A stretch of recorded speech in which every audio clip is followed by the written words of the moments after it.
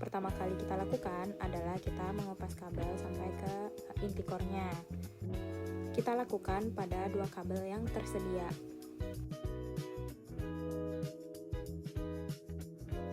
Selanjutnya kita melakukan stripping menggunakan stripper. Setelah itu kita melakukan cleaving menggunakan cleaver untuk memotong ujung serat agar rapi.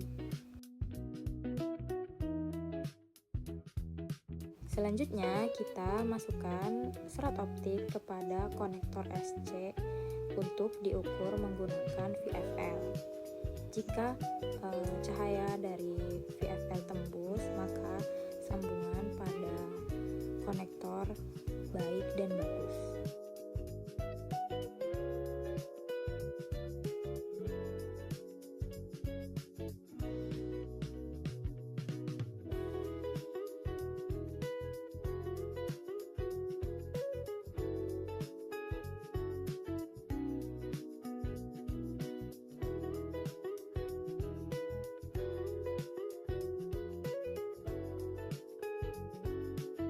Kita lakukan pada kedua serat optik.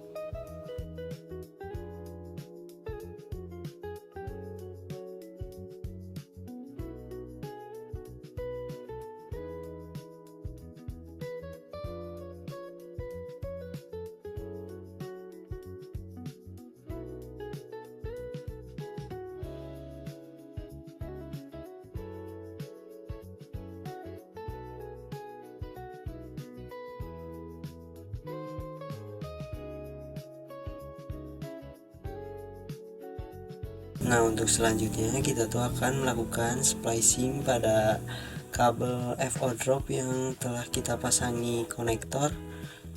Kita splicing pertama menggunakan cleaver, lalu dibersihkan untuk core dari FO-nya. Nah, karena di sini kita ada masalah dalam fusion splicernya, jadi kita cleaver berkali-kali supaya dapat hasil potongan yang rata gitu dari si core optiknya ini.